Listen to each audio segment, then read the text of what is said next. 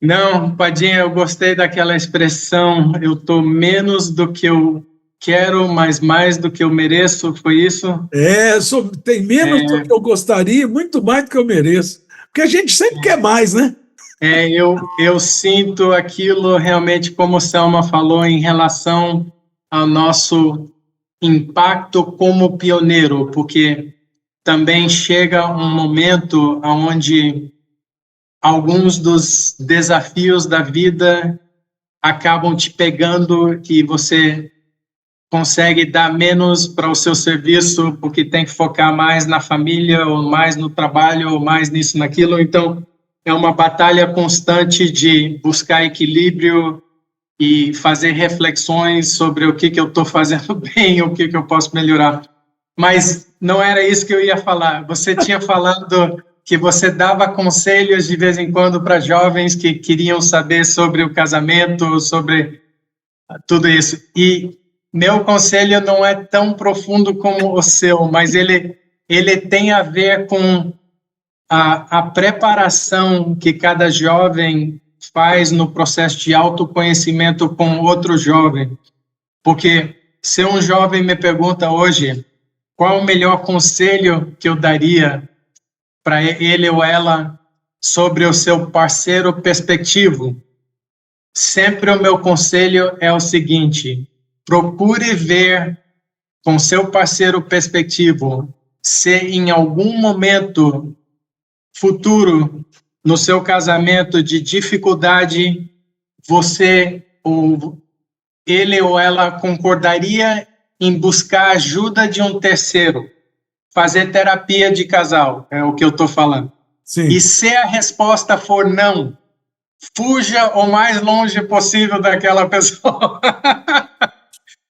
As pessoas podem me achar radical falando isso, mas olhe, eu trabalho, eu tenho feito trabalhos ajudando casais em crise, e a coisa que eu mais vejo é que vai chegar algum momento onde você não vai enxergar da mesma maneira que seu parceiro ou parceira. E naquele momento, às vezes, você precisa de um terceiro para administrar a comunicação.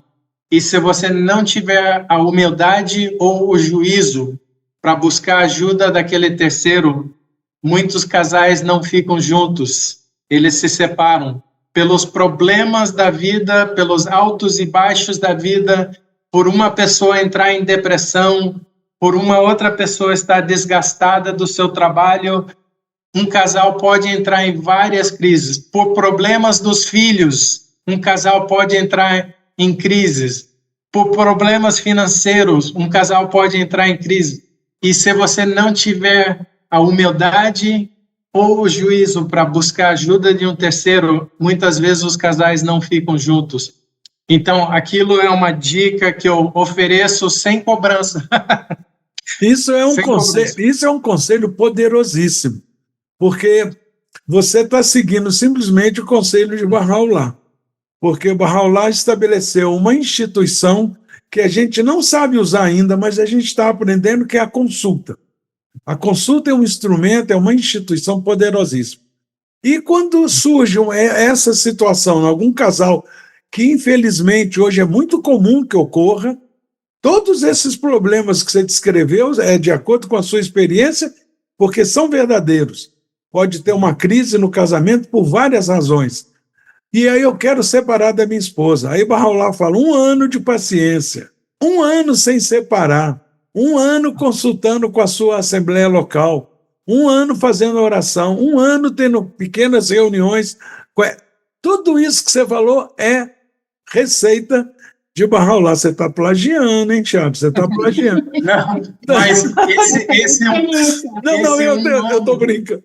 não, mas esse 1 ano eu já tenho encontrado casais que, porque você falou certíssimo, Bahá'u'lláh fala que a maturidade da dádiva da compreensão é feito manifesta através da consulta. Exatamente. Então a gente sabe que essa dádiva da compreensão ela vai só ser madura se a gente tiver essa capacidade de consultar e estar buscando da consulta. mas essa consulta, às vezes, não é só com nossa parceira, é uma consulta com uma terapeuta, com alguém que Isso. pode nos ajudar.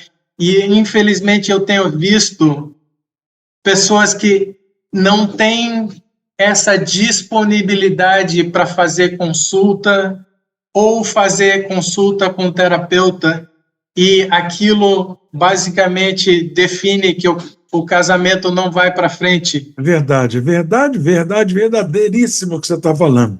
O que eu disse não contradiz nada que você falou, não, porque é verdade, eu concordo também plenamente. Essa manifestação da humildade é quando o desejo sincero é de continuar, né? Tem casais que a gente já teve oportunidade, eu também sou terapeuta, e nessa situação, independente disso, tem casais que entram no ano de paciência, e infelizmente, também a gente tem alguma experiência como membro de Assembleia Local, tratar desses assuntos. Tem casais que entram no ano de experiência e falam, eu só vou entrar no ano de experiência, no ano de paciência, por respeito a Bahá'u'lláh, por obedecer à lei. Mas eu não quero nada com ela, eu não quero nada com ele. O que eu já passei com ele, o que eu já passei com ela, eu não quero passar nunca mais. E já entra com esse espírito. Então, é muito difícil que tenha realmente uma reversão nessa situação. Pura verdade que você falou. Agora, uma das coisas que, só esse adendozinho, é só juntando todo esse conselho maravilhoso que você deu, realmente é isso mesmo. Procura um terapeuta, tem essa humildade, esse desejo, mas uma situação em que, com jovens, nesse processo de conhecimento, né? Porque na fé Bahá'í muitos não falam namoro, falam processo de conhecimento, né? Nesse processo de conhecimento, nessa fase de namoro, que está enamorado um do outro, né? Uma das coisas que eu acho muito poderosa, Charles e Salma, para os jovens trilhar é o caminho do serviço. Eu lembro que quando eu conheci Verônica, eu fiquei encantado. Estudávamos, eram 17 jovens num grupo, e a gente almoçava no Sesc. Eu e Gabriel Marques aí, seu conterrâneo aí. Então, eu e Gabriel éramos instrutores no Amazonas, jovenzinhos, 20 e poucos anos, e a comida do Sesc era boa e barata, coisa rara de acontecer. E aí a gente almoçava lá. E Verônica e outros 15 jovens ou almoçavam lá ou faziam seu horário de almoço lá no Sesc, porque era uma dependência muito boa, o refeitório e tudo mais. Então nós estudávamos, era um grupo de estudantes para o vestibular. Alguns faziam cursinho, outros não. Foi ali que eu conheci Verônica. E eram 3 colegas, elas trabalhavam numa joalheria. Verônica era gerente da joalheria. Jovenzinha, 20 anos. Eu fiquei encantado com as 3. Eu fiquei mais encantado foi com a colega dela. Mas depois, na medida que a gente foi convivendo, eu fiquei apaixonado por Verônica. Convidamos todos para ir na reunião Bahá'í, distribuímos folhetos. As 3 se interessaram em participar de reunião Bahá'í. As 3 foram uma vez. Da segunda vez foram 2. E Verônica foi a terceira sozinha. E depois disso, Verônica não parou de participar de reunião Bahá'í. Participava de reunião Bahá'í, fazia jejum, fazia tudo. Ela era até eleita para a Assembleia Local, de tanto que ela participava, só que ela não tinha se tornado Bahá'í. Aí o pessoal, Verônica foi eleita outra vez, então tem que fazer uma nova eleição para substituir ela. Eu casei com ela, ela católica. Eu casei no cartório, na igreja católica e na sede Bahá'í. Eu fiquei bem casado também, né? Então, quer dizer, nesse período de convivência, eu acho poderoso a gente servir a fé junto. Servir a humanidade, convida os seus, principalmente se é um casal que os dois são Bahá'ís. Vão fazer ensino junto, vão visitar os lares, vão fazer atividade, porque nessa hora, gente, é como Big Brother aí, entendeu? Os caras, eu não assisto muito, mas sei como funciona. Eu sei que o pessoal, no começo, está percebendo que tem câmera de tudo quanto é lado, acho que até neles também, mas depois de um certo período eles esquecem que tem câmera, aí eles passam a ser eles. Quando passa a ser eles, agrada ou desagrada, né? Então, um casal que sai para ensino junto é a mesma coisa. No começo, o menino começa a mostrar que é um super Bahá'í, é quase um Abdul Bahá'í, entendeu? A menina está se achando também uma super Bahá'í, mas depois, na medida que vai convivendo, eles vão vendo quem é realmente um ou outro. E isso é muito importante, porque no casamento não vai ter surpresa. Eles conheceram de fato cada um. Me desculpa mais uma vez essa longa intervalo. Eu queria realmente fazer esse passo para o serviço, porque nossa experiência de casados, o serviço à fé não é uma coisa. Mudou de tempo em tempo, dependendo de nosso entendimento, dependendo de as circunstâncias em nossas comunidades. Sempre foi uma coisa ou outra. Por exemplo, começamos quando chegamos aqui com Firesides. Com Firesides. Firesides? Reuniões de amigos, Firesides. Como você fala isso em português? Geralmente é reuniões de amigos, né? Ok. Porque conversa ao pé do fogo. Conversa ao pé do fogo. Na Bahia não vai dar certo. Eu estava pensando no francês, quando foi, mas eu não sabia assim. Mas começamos com isso, com temas particulares. Quando mudamos aqui para Abrantes. Desculpa perguntar. Abrantes era antigamente a vila de Abrantes? Sim. Sim. Foi o primeiro lugar que eu recebi uma declaração na Bahia. Que maravilha! Em 1975, numa convenção nacional que teve, 75 ou 76? Acho que foi 75. 76 foi a conferência internacional. Então, você abençoou essa terra, viu? Puxa vida, eu fui abençoado. E foi no tempo de Senhor Olinga? Senhor Olinga não, também, mas na época do Dr. Morragé. Ok. Dr. Morragé, senhor Raul Pavon. Ok.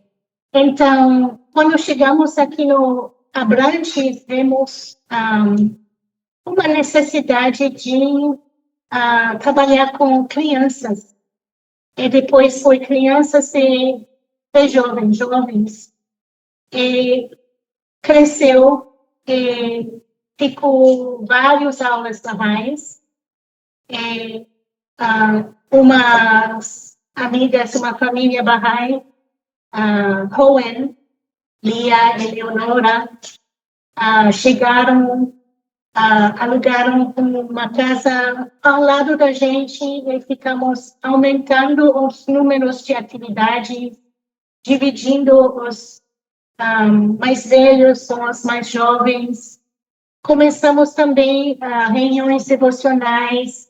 Então, eu acho que, dependendo das necessidades de uma comunidade, você está abrindo ou fechando as coisas para dar, porque só tem sua energia para dar. E se pessoas saem, se pessoas chegam, você pode aumentar ou diminuir, dependendo de o que suas necessidades podem passar. Então, fizemos essas diferentes coisas. Também servindo em assembleias em Salvador, mas é bom ficar no dedo, no pulso da comunidade para ver o que é necessário no momento de serviço. E até a gente está passando por um momento onde a gente está tendo que redefinir nosso papel na comunidade e nosso trabalho, porque muitas das crianças e jovens que já passaram pelas aulas de criança, o grupo de pré-jovens, agora eles são jovens adultos, e a realidade brasileira faz com que muitos desses jovens adultos ainda não tenham oportunidade para fazer faculdade ou ter uma profissão mais digna.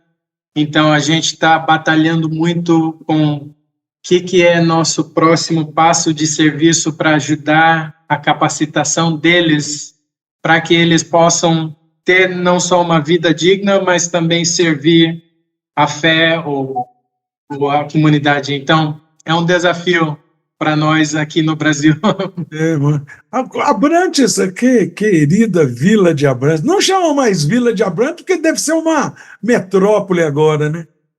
Não cresceu tanto assim, mas evoluiu bastante, evoluiu mesmo. Abrantes era antes ou depois de Portão?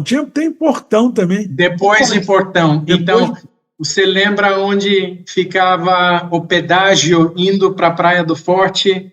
Abrantes. Não tinha pedágio. Abrantes fica antes do pedágio. Nos anos 70 nem existia essa palavra pedágio no Brasil. A estrada era quase que de terra. Ah, sim, sim. Mas depois asfaltaram o Portão. Portão, você conhece Morrimã Chafa, não? Eu conheço ele de Curitiba. Isso, Morrimã morou em Portão. Então a gente ia muito a Portão. Olha, eu tenho lembranças doces de Vila de Abrantes. Realmente a gente saiu. Então, Padinha, convite para você. Tem um quarto livre, aberto, da Jasmine, que não está mais em casa. Você e sua esposa têm uma cama de casal, você e sua esposa estão convidados para vir passar alguns dias aqui, viu? Puxa vida, muito obrigado. Mas olha, outro dia eu estava falando sobre isso. Eu cheguei num ponto eu acho que eu já viajei tanto na minha vida. Por que você acha que eu estou fazendo uma graça de podcast? Porque eu estou sentado em casa, entendeu? Viajando, mas não é fácil, mas a minha esposa, Verônica, e meu filho mais velho, que é amazonense, já tinham 38 anos, quase 40, que ela não visitava a cidade dela de Oriximiná, no interior do Amazonas, porque ela morava em Manaus também, quando nós mudamos. Eles estão lá agora, viajaram para lá para passar uns 15 dias e matar a saudade. Pergunta se eu quis ir. Deixa o velhinho aqui em casa, quietinho. Estou aqui, eu e os gatinhos. Mas eu agradeço muito, quem sabe um dia, porque realmente, olha, eu sou assim um privilegiado de ter passado pelas experiências que passamos aí na Bahia, Salvador, tanto também Recife, Fortaleza, enfim. Realmente aprendemos demais, mas hoje eu sei que não aprendi o suficiente, né? Então tem que continuar as lições da vida. Mas como é que é hoje Abrantes? Como é que é? Uma comunidade grande, tem uma assembleia local que funciona? Como é que é? Então é uma... Pode falar só as coisas boas, entendeu? Mas a realidade nossa ainda é bastante precária em termos do crescimento. Nós temos uns 7 amigos barrais, e tem eu e Selma, temos meu irmão, que mora pertinho, tem uma mulher chamada Dago, tem vários amigos, mas a gente não tem uma assembleia ativa formada. Então, alguns anos a gente conseguiu eleger uma assembleia, outros anos foi mais a eleição do que a prática de ela estar ativa. Sim. E a gente se encontra num momento onde só não temos uma assembleia ativa.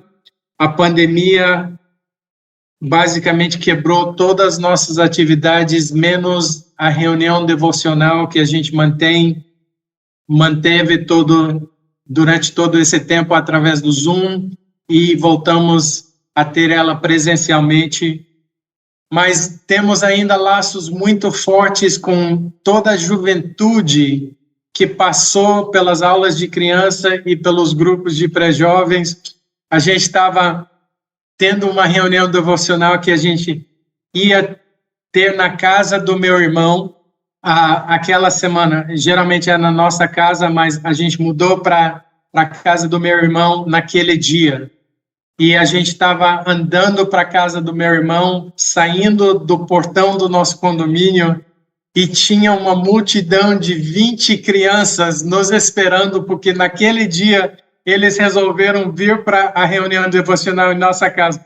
Mas a gente falou, olha, gente, que maravilha ver todos vocês, mas hoje não vai ser na nossa casa, então daí venha com a gente vai para a casa do meu irmão. E meu irmão mora pertinho do condomínio, então a gente chegou na casa do meu irmão e da minha cunhada, que não é Bahá'í, mas ela os dois vê que a gente está lá com 5 adultos e 20 crianças para uma reunião devocional que passou para ser na casa deles. Então, a gente ainda tem esse vínculo muito forte com as crianças e os adolescentes do bairro, que a gente tem que restaurar esse vínculo, mas é um desafio para nós ainda, porque a gente tem poucas pessoas capacitadas no processo do instituto para ministrar as aulas. A gente tinha nossa filha mais velha, Jasmine, que saiu de casa. Na época, Justice também estava capacitado, mas ele está com outras atividades agora. Então, se você não ficar trabalhando esse processo do instituto para ficar capacitando novos recursos locais, e daí alguns desses recursos locais que eram professoras começaram suas próprias famílias e agora tem bebê pequeno e tudo isso, então tudo isso afeta a dinâmica de uma comunidade pequena. Sem dúvida. Então a gente está vivendo isso e temos que superar esse desafio. São fases que a comunidade passa. Nossa comunidade também aqui em Mojimirim está passando por uma fase assim, semelhante, só que a diferença é que nós temos só 30 pessoas que participa ativamente, mas já chegamos a ter, nós tínhamos 2 sedes, hoje é uma só, porque foi emendada, eram 2 casas, uma casa de esquina e a outra logo do lado, e as 2 eram sede Bahá'í. Teve um período em Mojimirim que tinha muita atividade de ensino, que hoje chamando de visita aos lares, né? Que nossa reunião devocional era nas 2 sedes, porque lotava uma e lotava a outra. Qual é a capacidade de cada uma? 100 pessoas. Então, nós tínhamos quase 200 pessoas numa oração devocional, que na época não chamava reunião devocional, chamava orações matinais, né? Nas 2 sedes. Festa 19 dias, nas 2 sedes, porque não cabia. E hoje nós temos 30 pessoas. Então, para a situação de vocês, e falar que a outra comunidade tem 30, parece que aqui é um sucesso total, né?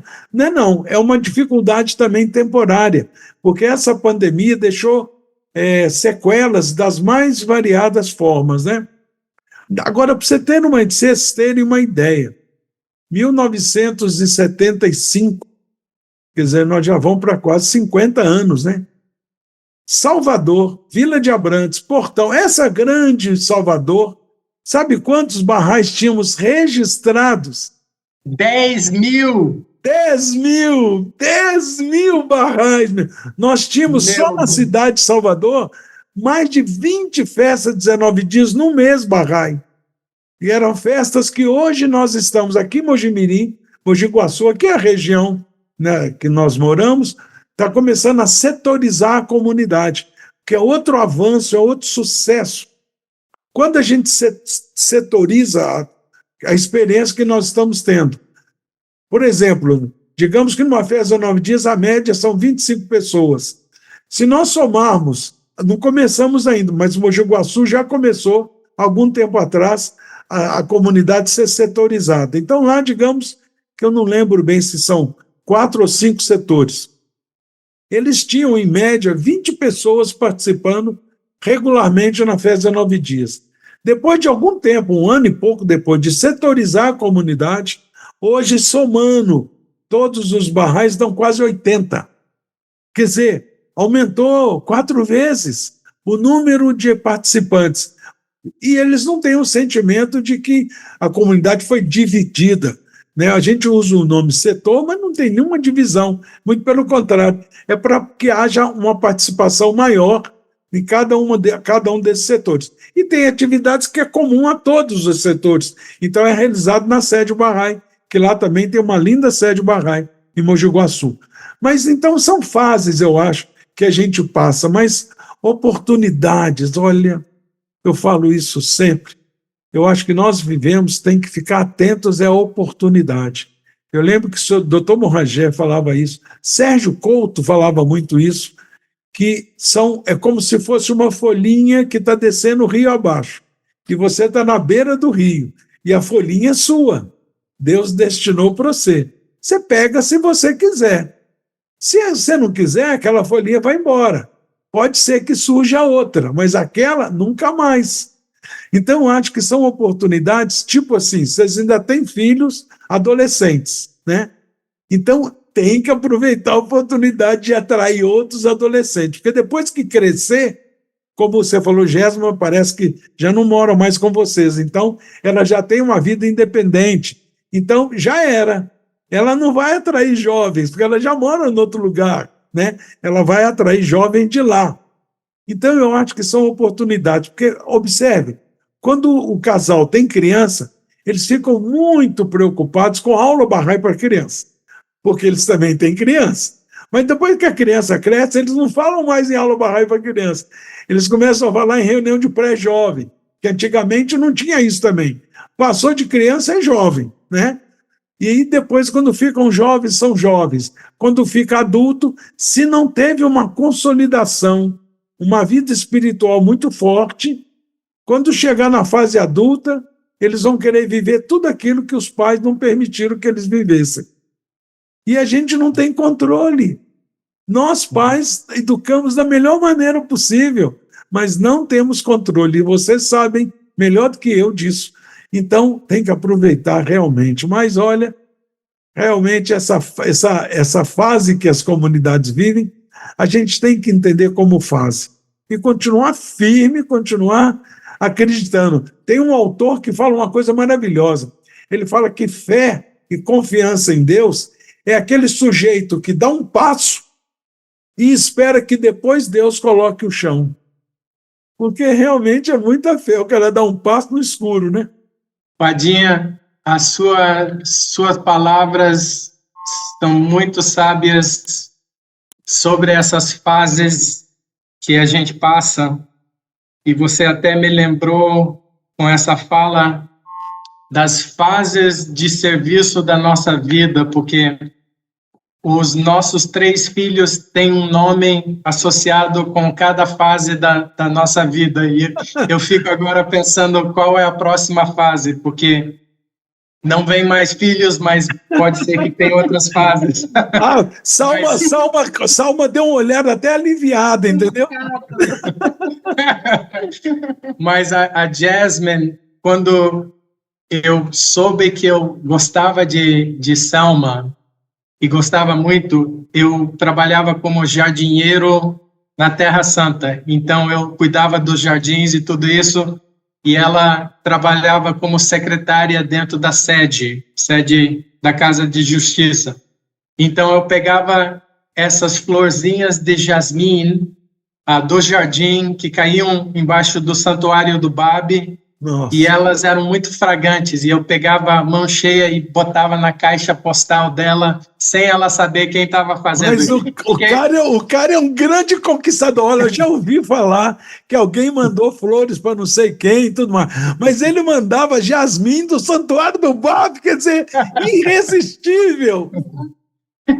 Então é assim que Jasmine, nossa filha, pegou esse nome, porque ela é a flor do nosso amor. Puxa vida, agora e nossos filhos adoram ouvir a história de como eles pegaram o nome. Daí o Justice, nos Estados Unidos, a Selma me ouvia muitas vezes dar palestras sobre unidade racial, sobre a eliminação de violência contra a mulher, tudo isso. Então, ela sempre me ouvia falando sobre a justiça, e daí ela falou, vamos dar o nome de Justiça para nosso filho, porque é a coisa mais amada de Deus perante os olhos dele. Então, o Justice tem o nome Justiça.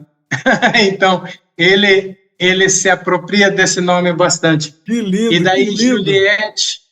Juliette tem o nome Juliette Bahia May Howard. Então, Juliette Bahia está associado com um período de serviço em nossas vidas, onde a gente veio servir como pioneiro.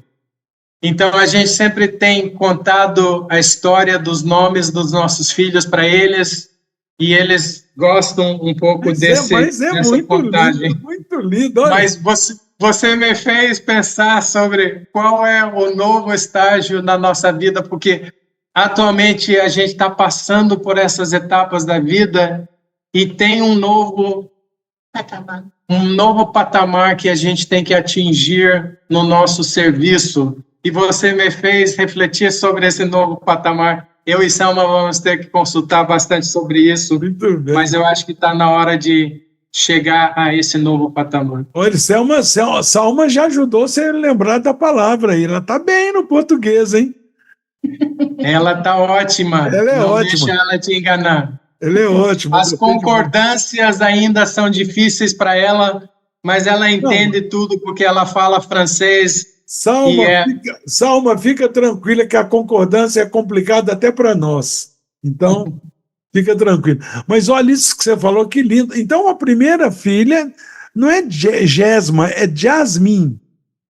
Jasmine. É Jasmine. Nossa, que lindo. Eu estou chamando de Gesma porque nós temos uma Gesma aqui, que é também Jasmine, né? Talvez. Talvez. Tá, agora, então você falou Gesma. Tem um nome Gesma, não existe um nome Gesma? Existe. Mas essa é a flor mesma, Jasmine. Certo, entendi. Então agora eu vou contar um pouquinho da história dos nomes dos nossos filhos. Nós pensamos assim, a gente gostaria de ter filhos que servissem a Deus, que servissem a fé mais do que nós. Aí o primeiro filho nós demos o nome de Raul, por causa do conselheiro Raul Pavon, que era um leão no ensino, que realmente foi aquele que ajudou todos nós, Gabriel, Carlos, eu, todo mundo ir para a Bahia. O segundo filho, nós demos nome de William, por causa do William Searcy, que realmente foi um livro, Ladrão na Noite, que me deu. Eu não era um católico, eu sou de origem católica, eu não era um católico estudioso e fervoroso, mas me impressionou demais o livro Ladrão à Noite, e aí nós demos o nome de William. Mas o primeiro nome do Raul é Raul Augusto. O do William é René William, é o que mora nos Estados Unidos. E o terceiro nós demos o nome de Olinga, porque foi outro irmão da causa que nos influenciou muito, um homem maravilhoso, super amoroso. E aí o primeiro nome é Rafael e Olinga. Então nós temos o Raul, o William e o Olinga. Então, realmente. A mesma coisa, é Jasmine Olinga. É? Justice Townsend, de Sr. Townsend. Sim, mão da causa. Eu agenda fé, amava muito. E a Juliette May, de May Maxwell. Então, olha, nós estamos muito sintonizados, hein? Realmente, essa é uma graça de podcast, não pode ser perdido por ninguém, porque tem muita revelação bonita aí, hein? E realmente experiência maravilhosa que vocês estão contando. Mas então a Vila de Abrantes virou Abrantes, que hoje Sim. Mas não recentemente, nos últimos 5 anos. Porque ninguém fala vila mais, né? A palavra Vila de Abrantes. Não, então tinha Catu de Abrantes, tinha Boris de Abrantes, tinha um monte dessas coisas dentro de Abrantes, mas agora a placa principal, quando você está chegando na cidade, só diz Abrantes. Certo, é isso aí. Pois é. Mas então a comunidade está passando por essa fase, não só as comunidades, nós também, né? Vocês estão contando essa história maravilhosa do nome de cada um dos filhos de vocês, que foram fases da vida de vocês. Mas olha, essa das flores da Terra Santa, essa aí superou, não tem ninguém que contou uma história mais poderosa de conquista, foi irresistível, né não, Salma? Ela não tinha como, cara. Ela tinha que ceder de alguma forma. Maravilhoso. Mas olha, eu acho, sinceramente, que Abdu'l-Bahá fala que nós temos vivemos com dois destinos, né? Um que é traçado e o outro que a gente estabelece, né? Mas esses encontros de casais como vocês, casais como nós, e graças a Deus tem um monte de casais como nossos dois casais, que são felizes, que deram certo, que têm filhos maravilhosos, mas eu acho que isso é destinado por Deus. Porque eu falo com a Verônica, se Bahá'u'lláh não tivesse me dado de presente ela, eu estava perdido, porque eu acho que eu já tinha separado umas 10 vezes, porque nenhuma outra mulher não ia aguentar, não. É muito difícil o padinho, entendeu? Então, então é isso. Ela fala, ela não concorda com isso, mas como ela não está aqui perto, eu posso falar à vontade. Quando ela vê, ela vai ver, já está gravado, já está no ar, então não tem o que mudar. Mas, gente, alguma coisa que vocês realmente, porque nós recebemos isso, olha, essa pergunta é uma pergunta agora, porque é uma pergunta que nós recebemos, entendeu? Não é bem uma pergunta, mas é uma inquietude daqueles que nos ouvem. E, como eu disse, nós já temos quase 500 inscritos no canal. E quando termina os episódios, vai ao ar, muita gente escreve para nós, fazendo várias perguntas, elogiando e etc. Mas uma é muito constante. É as pessoas dizendo que eu ouvi lá o episódio do Charles e da Salma, que maravilha, adorei o casal, não conhecia, ou conhecia, que bom que você convidou, coisas assim. Mas o que eu acho, o que eu teria que fazer para também ter uma vida tão maravilhosa, tão rica como a deles? O que eu tenho que fazer para me tornar pioneiro? Então o povo quer saber o que eles têm que fazer se eles desejarem se tornar pioneiros, porque nós sabemos que a Casa de Justiça, há muitos anos atrás, numa mensagem, não sei se foi para o mundo inteiro, mas o Brasil recebeu, que a Assembleia Nacional do Brasil perguntou o que é ser pioneiro. Quem que deveria ser considerado pioneiro? E a Casa de Justiça nos respondeu que pioneiro é todo aquele Bahá'í que sai da sua cidade onde ele nasceu, onde ele mora, e vai para outra cidade, e lá ele continua ensinando a fé.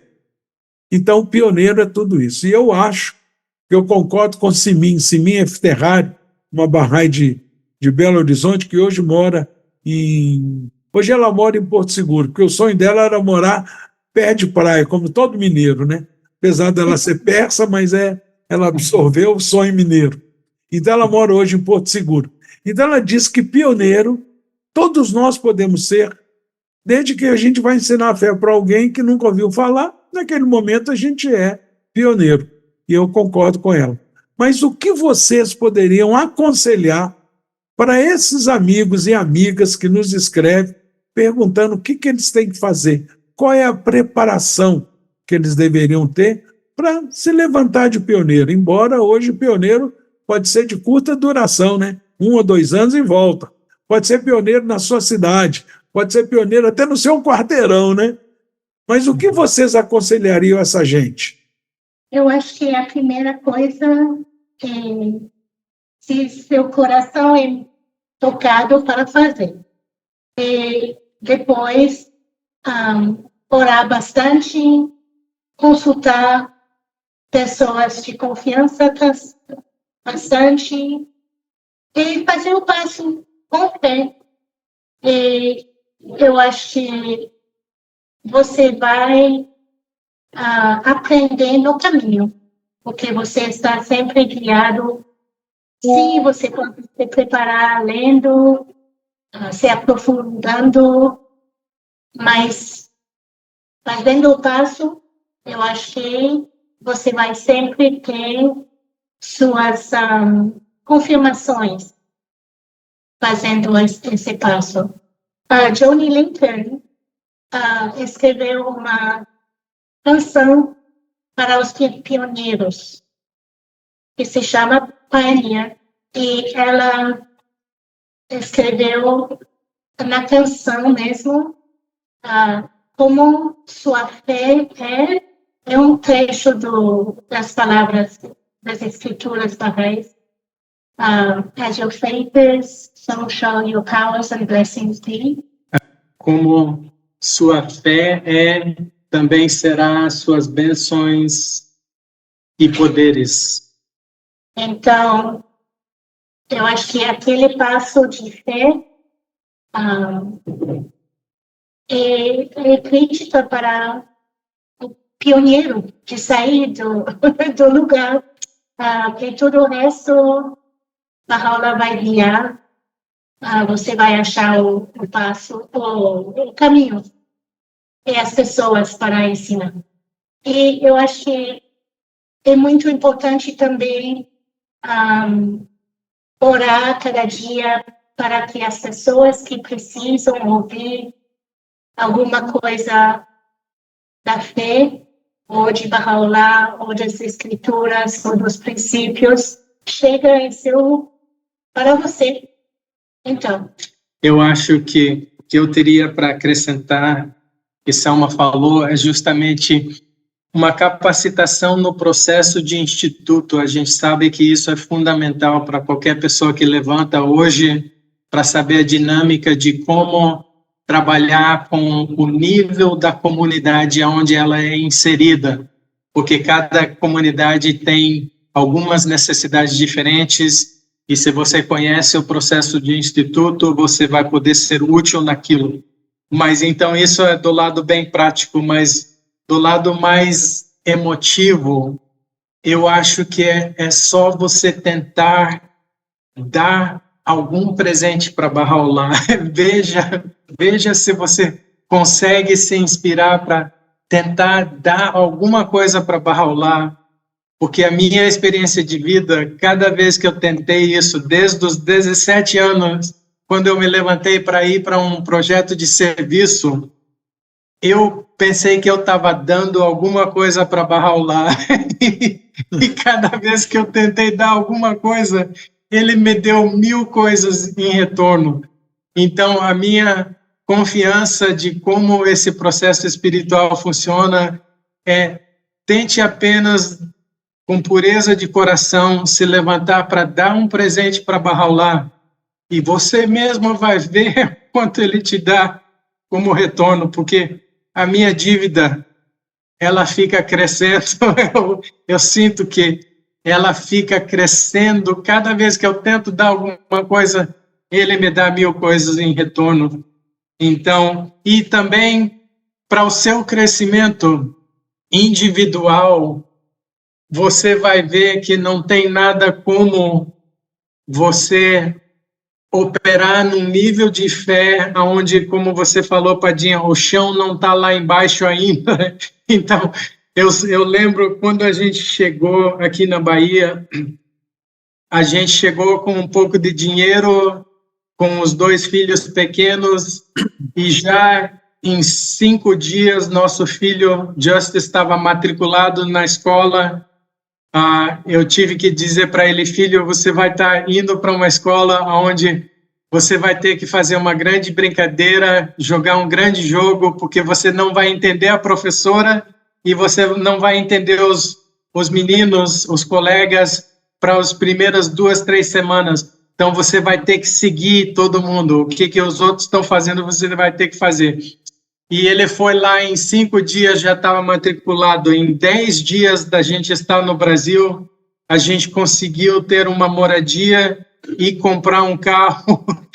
E daí tudo foi acontecendo depois, mas tudo começa de você se colocar nas mãos de Deus, e daí você ter que arcar com aquilo. Eu estou nas mãos de Deus. E agora? E as confirmações vêm para você, elas vêm uma após a outra, e não estou dizendo que vai ser sempre fácil, mas o que eu estou dizendo como resumo da ópera é: tente dar algum presente para Deus, e você vai ver o quanto Ele te dá em retorno. Olha, eu tô anotando aqui, porque me veio 7 histórias verdadeiras enquanto vocês falavam. Olha, sinceramente, eu sou muito privilegiado. Mas eu tenho que falar algumas delas aqui, porque é demais. Salma, os conselhos que Salma deu, que eu espero que os amigos tenham captado, se não ouvem várias vezes para poder lembrar. Uma amiga pioneira numa cidade, ela estava num bairro de classe média, e fazia atividades na casa dela e nunca aparecia ninguém. Fazia reunião de orações, não aparecia ninguém. Qualquer coisa que ela fazia, não aparecia ninguém. Aí teve um dia que ela resolveu começar a andar no bairro, fazendo que remova a dificuldade, e pôr no barral lá no canto. Fala, barral lá, cadê as almas que você preparou? Porque tem uma oração do barraco que fala, né? Me conduze as almas que estão preparadas. Cadê essas almas? E eu abro a minha casa e eu falo, escolha, pôs barral lá na parede. E ela fazia isso todo dia andando no bairro. Até que um dia, o filho dela, não se lembro quantos anos tinha, 7, 8 anos, brincando na rua, um outro menino, que era considerado um menino danado do bairro ali, jogou pedra, estava jogando pedra em outros meninos, jogou uma pedrada na cabeça do filho dela. Quebrou a cabeça do menino, não lembro se teve que dar ponto ou não, mas ela teve que ir na casa da mãe do menino.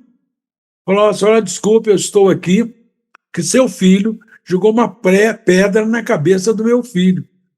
E aí a dona, sinto muito, pediu desculpa, aquela coisa toda. Resumindo a história, começou a fazer amizade com a dona. A dona foi a primeira a ir na reunião na casa dela. Da reunião da casa dela, o filho dela, que foi a vítima do menino danado, outros meninos apareceram, ela começou uma aula de criança. No futuro, depois de algum tempo, esse menino danado era um dos mais queridos dali da região do bairro. Mudou o menino também começou a participar de aula para criança. E aí o menino ficou melhor e não sei o quê. E olha, a casa dela vivia lotada. Nossa primeira vizinhança, isso aconteceu aqui em Mojimirim. Nossa primeira vizinhança grande foi nessa vizinhança dela. Começou assim. Então a gente realmente não sabe, como o Salmo falou, que caminho o barral lá vai nos conduzir. E a outra situação é essa que Charles falou, que a gente dá um presente, oh meu Deus do céu, dá um presente para barral lá dá 200 para nós. Durante aquele ano que nós estávamos preparando para sair de Manaus para pioneirismo em Juiz de Fora, nós começamos a fazer um pé de meia. Bom, o pé de meia começou quando nós começamos a ganhar dinheiro. Eu era supervisor no Senac, virei diretor e o salário aumentou. Verônica trabalhava na Secretaria de Planejamento, começou a substituir coordenadora e ganhava adicional por causa da substituição. Olha, nós ganhamos muito dinheiro naquele ano. Suficiente para ir para Juiz de Fora, sem depender do Fundo Nacional para mudança, e uma mudança de Manaus para qualquer lugar é muito cara, porque ou é avião ou é navio, né? E navio demora muito tempo. Então, nós fizemos esse pé de meia, chegamos em Juiz de Fora, mudamos por conta própria, sem ajuda das instituições, chegamos em Juiz de Fora com o suficiente para a gente viver 2 anos, 1 ano e meio para 2 anos, sem precisar de um emprego. Claro que nós queríamos trabalhar, tanto ela era educadora quanto eu. Só que nós chegamos, eu mandei meu currículo, porque nós tínhamos um bebê praticamente de 1 ano, que era o Raul, então nós decidimos, eu arrumo emprego e você educa nosso filho, fica em casa, se isso for possível, né? Aí mandei o currículo para a delegacia de ensino, em 15 dias me chamaram para lecionar. Resumindo, nós passamos aqueles primeiros 2 anos sem precisar de usar daquela reserva. Passamos 7 anos sem precisar usar da reserva. Quando nós mudamos para Mojimirim, precisamos da reserva. Aí ela estava lá com juros e correção monetária. Então, isso que vocês falaram, que Charles falou, dá um presente e recebe outro, não é outro não, hein? São outros. E é muito mais abundante. Sim, Salmo? Eu queria adicionar que tudo que nós fazemos de planos, Deus poder rir. Mas é uma piada que minha irmã conta. Quer fazer Deus rir? Conte para ele seus planos. Verdade. Mas eu tenho duas histórias da África, do pioneirismo na África, onde um amigo muito querido, Moxen Enayat, foi com a esposa ensinar dentro da floresta, nos Camarões. E naquela época foi muito difícil chegar nos povoados, nos vilarejos, mas ele chegou de uma maneira e todo o povoado estava esperando ele. E ele foi surpreso, mas alguém tinha um sonho que ele devia chegar e que quando ele abriu a boca, pedaços de ouro estavam saindo da boca dele. Então, eles esperavam, ele reconheceu ele e sentou ele para falar o que você tem a nos falar. Porque é muito importante, sabemos isso. Mosen ensinou e todos aceitaram. Então, como isso? Só é com a mão de Baha'u'lláh. Só. Então, qualquer coisa que nós estamos planejando, Baha'u'lláh já tem o plano. Ele já está avertindo quem precisa para se abrir, para ter na África as almas são muito puras, e essa foi uma época muito distante, então eles estavam mais puros ainda. E tem uma outra de meu pai, que também ensinava nas florestas. Ele sempre deixava essas sementes, e anos depois que mudamos para a República Centro-Africana, os Baha'is foram para alguns vilarejos onde ele foi, e com muito pouco aprofundamento, tinha muitos Baha'is, daqueles pouquinhos sementes. Então, você nunca sabe também daqueles poucos que você está oferecendo para Baha'u'lláh, porque é o poder da palavra de Deus, da palavra divina, que vai esclarecer, porque está no lugar certo e Baha'u'lláh vai cuidar. Exatamente. Mesmo que não tem ninguém para conseguir seguir a evolução dessa semente, Baha'u'lláh está lá para cuidar. E não importa qualquer limitação. Eu estou aqui tão orgulhoso da minha esposa, porque a língua nunca tem sido barreira para ela. Ela pode ainda ter coisas que ela acha que ela não fala tão bem ou nada disso, mas ela nunca deixou nenhuma barreira superar a habilidade dela de ter um impacto no mundo como pioneira. Então, eu fiquei pensando aqui, ninguém deve usar qualquer desculpa para não servir, porque é só, se está no seu coração, querer dar para Baha'u'lláh algum presente, tente isso e veja o que acontece. Exatamente. Mas olha, vocês também, vão me desculpar, são um casal maravilhoso demais. Você, quando fala, é uma simpatia que não tem tamanho. Quando Salma fala, é um doce de pessoa falando, que você fica com a boca aberta ouvindo ela falar. Não sei o que ela vai falar, mas deve ser coisa legal. Eu acho que é isso que encanta, entendeu? Então, olha, é um prazer e uma alegria muito grande ter conhecido vocês assim, desse jeito. Mas eu fiz minhas orações hoje de manhã. Muito bem. Perguntando para minha mãe que faleceu O ano passado. Amanhã o dia que ela faleceu, 1 ano atrás, eu falei para ela, olha, me ajuda com isso, porque você é meu imagem de uma pioneira. E você sabe o que as pessoas precisam ouvir. Então, não é mim, é outra coisa. Muito bem, mas olha, vocês estão de parabéns, realmente, continua assim. Pede sua mãe. Agora, quem teve ainda tem o privilégio de ter a mãe viva, não vai poder fazer o que você fez, né? Rezar para a mãe pedir. Mas tem uma que esteja no mundo, qualquer pessoa que esteja no outro mundo. Isso. Pergunta para Abdu'l-Bahá. Isso que eu ia falar, Você já entrou no campo de adivinhar o que a gente vai falar, e também não vale. Sim. É exatamente isso que eu ia falar.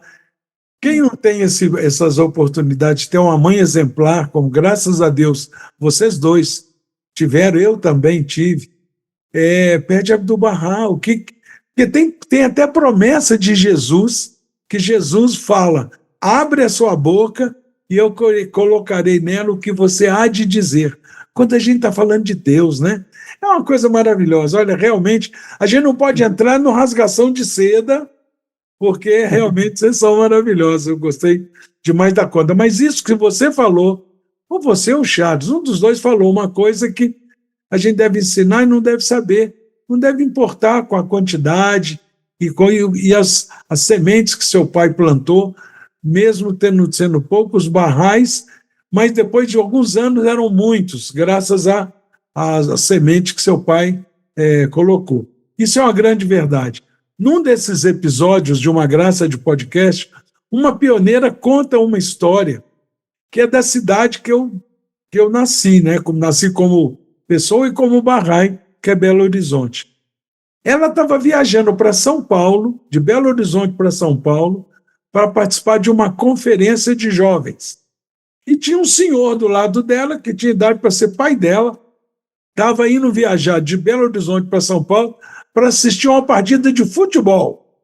Ela, cansada, porque ela tinha feito, acho que uma prova, alguma coisa na faculdade naquele dia, e a viagem era noturna, então ela queria dormir para chegar em São Paulo descansada para participar da conferência. Mas o homem cumprimentou ela respondeu o cumprimento, ele perguntou, você vai viajar para São Paulo a passeio? Ela foi e falou o que ela ia. Aí ele perguntou, o que é esse Bahá'í? Isso é o quê? Uma religião? Ela não queria conversar sobre nada, porque ela estava cansada, ela queria dormir.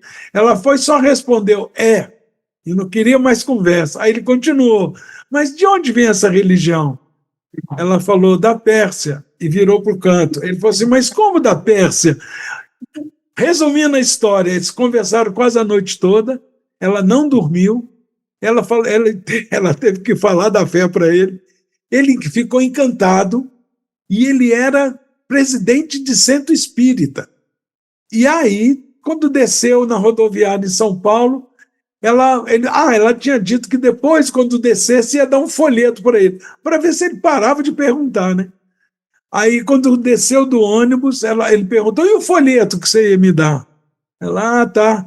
Aí teve que procurar na bolsa um folheto e deu. E naquela época, isso nos anos 70, meados dos anos 70, todo folheto Bahá'í, vocês devem ter conhecido, tinha curso por correspondência. O último era um curso por correspondência e destacava. Aí ele falou, esse curso por correspondência, aí ela tinha que responder. Ela foi e falou, esse curso por correspondência é gratuito, explicou, falou, eu quero. Aí ela falou, então o senhor pode preencher. Ele preencheu o nome, endereço, destacou, deu para ela, agradeceu e pronto. Ela pôs na bolsa, participou da conferência, voltou para Belo Horizonte e esqueceu do folheto lá do homem de curso por correspondência. 15 dias ou um tempo depois, o homem não recebe o curso por correspondência, porque antigamente recebia uma lição o aluno respondia, mandava a resposta, recebia a segunda lição. Ele não recebeu nem a primeira. E aí ele falou, nossa, eu devo ter colocado meu endereço errado, ou o número da casa. Aí ele tinha o endereço dela. Aí ele foi na casa dela para falar, olha, acho que eu coloquei meu endereço errado, porque até hoje eu não recebia curso por correspondência. Ela, oh, meu Deus, desculpe, então esqueceu de mandar o curso por correspondência. E a pessoa responsável por registrar e distribuir os cursos por correspondência era quem era a mãe do Pejman, que hoje é conselheiro. Era a mãe dele que era a responsável em Brasília, né? Aí ele recebeu o curso por correspondência, fez todo o curso, se tornou Bahá'í. Se tornou Bahá'í e, por causa dele, na vizinhança que ele mora, mais de 40 pessoas se tornou Bahá'í. Dentre eles, eu. Então, veja como é que a gente não sabe que plano. Esse eu gostei, eu até anotei. Quer fazer uma piada para Deus? Fala dos seus planos. Porque os planos dela era dormir, não queria conversar, mas teve que conversar com esse homem enjoado, que ficou perguntando para ela, olha, por causa, chama Oderico Odeli Miran, oh, meu Deus do céu, Oderico Odeli Morandi, descendente de italiano, Soderico, querido Soderico, era um ferralheiro, todo mundo gostava dele no bairro. Ele falou da fé para a filha falou para a amiga da filha, e assim foi. Carlos Alberto, Gabriel, eu, Jefferson e um monte de outro, Alisson, a própria filha dele, Solange, irmã do Carlos. Essa gente toda era tudo vizinho. E todos nós nos tornamos Bahá'ís por causa dessa noite na viagem desse senhor. Então, olha, vamos continuar fazendo o que vocês aconselham, rezar e pedir a Deus que nos guie aquelas pessoas que estão prontas. A gente só é veículo, não é não? Gente, vocês já viram que a gente pode ficar aqui uma semana, tem conversa para uma semana. Mas como no início a gente tem que ter um fim, né? Quer dizer, essa talvez é uma primeira etapa, quem sabe vai ter uma segunda e uma terceira, né? Mas como no início nós não apresentamos os convidados é que se apresentam, nós também não despedimos. São os convidados que se despeçam. Então, um beijo bem grande, fiquem à vontade para despedir. Primeiras damas, Salma. Primeiras damas, eu concordo. É um momento de igualdade entre homens e mulheres. Isso mesmo. Ele pode começar no fim, eu sei. É isso mesmo. Gente, quem estiver assistindo, saiba que eu sou uma pessoa que gosta de poder ser útil. E se eu puder ser útil para qualquer um de vocês, em qualquer momento, eu quero. Eu quero. Então, meu endereço de e-mail é Charles Howard, HOWARD, número 1, @gmail.com. Então, por favor, se eu puder ser útil para qualquer um de vocês em qualquer momento, saiba que eu vou querer. Com todo o coração, um forte abraço para cada um de vocês. Tudo bem. Só que eu espero que todos que ouvem isso se colocam nas mãos de Baha'u'lláh e que eles tenham abertura no coração para dar para Baha'u'lláh. O coração é tudo para o serviço. Aqui no Brasil, em qualquer lugar no mundo, Baha'u'lláh está lá para todos nós. Muito bem. Muito obrigado mais uma vez pelo aceite desse nosso convite. Honrou demais o nosso Uma Graça de Podcast. Lembrando aos nossos espectadores que curtam, quando for apresentado o episódio, dá lá o joinha. Claro que se gostaram, mas não tem ninguém que vai assistir que não goste. Então, dá o joinha, compartilha, faça os comentários. Se não puder assistir no dia, assistam depois, mas façam comentários e, principalmente, se inscrevam no canal. Mesmo aqueles que não têm muito tempo, não tem importância. Vocês não vão ficar recebendo todo o tempo informação, não. Exceto se vocês quiserem receber. Porque se quiser, toca o sininho lá, que toda vez que a gente for postar um episódio, vocês vão receber notícia que vai acontecer. Salma e Charles, muito obrigado mais uma vez. Fiquem com Deus, uma ótima semana. Ah, que lindo. Muito obrigado. Eu não sei fazer direito, não, mas é mais ou menos. Beijo bem grande para vocês. Obrigado. Beijo, Padinha. Tudo de bom. Alá, Alá, Alá, papá.